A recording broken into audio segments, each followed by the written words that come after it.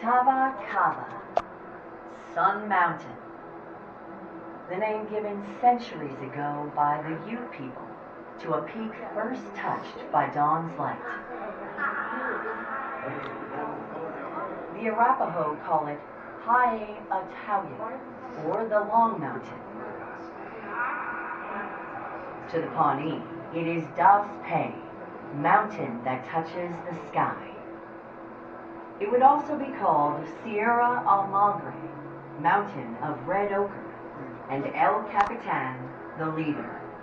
Today, most know it as Pikes Peak.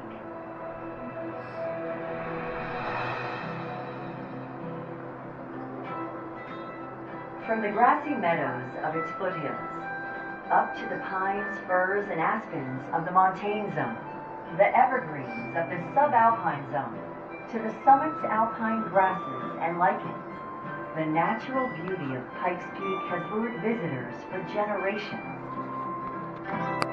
But beauty can be deceiving.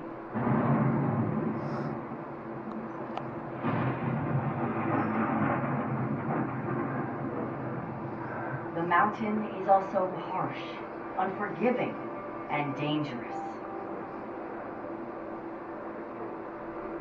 Pikes Peak's rugged landscape has been forged over millions of years. Tectonic plates scraping against one another deep beneath the Earth's crust compress the land upwards, creating the Rocky Mountains. Friction and molten magma forced granite to the surface. Erosion from ice, wind, rain, and snow shaped its contours and continues to transform the mountain today.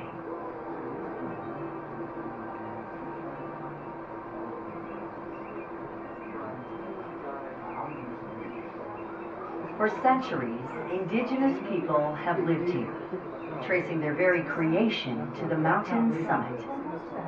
European explorers and new American settlers also set their sights on the sacred mountain. Some, like explorer Zebulon Pike, were enticed by the challenge of reaching its summit. Others were lured by the prospect of riches or the promise of a new home. For many, the Great Mountain was the first thing they saw when crossing into the Colorado Territory at the end of a long and arduous journey.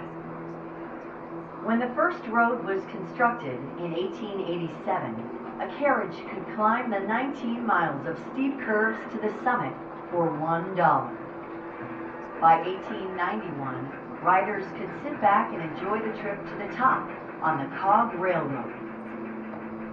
In 1892, U.S. Congress established the Pikes Peak Timber Reserve, which to this day continues as part of the National Forest System.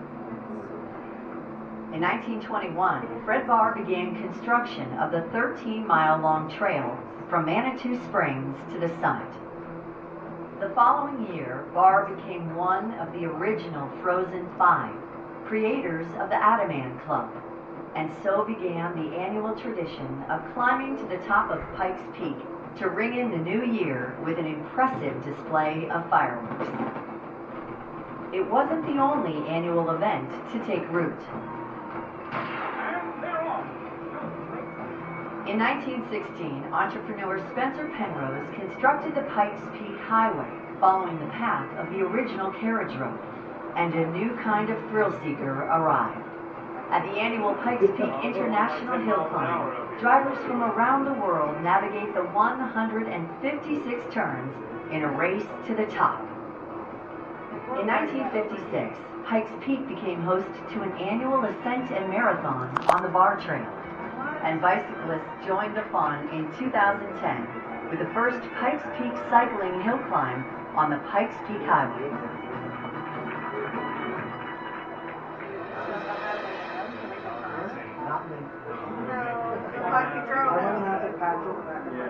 However you reach its summit, Pikes Peak offers something for each of the 500,000 people who visit every year. Pristine forests, clear waters, and rocky trails. The mountain's allure has withstood the test of time, but we must each do our part to ensure its future. So as the world changes around it, Pikes Peak remains rugged and majestic, truly America's mountain.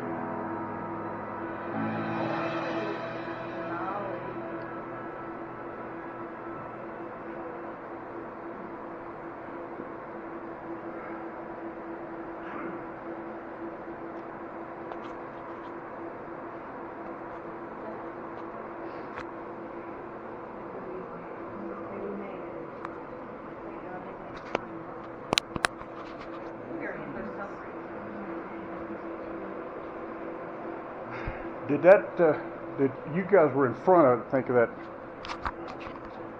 son of a bitch in that black Suburban?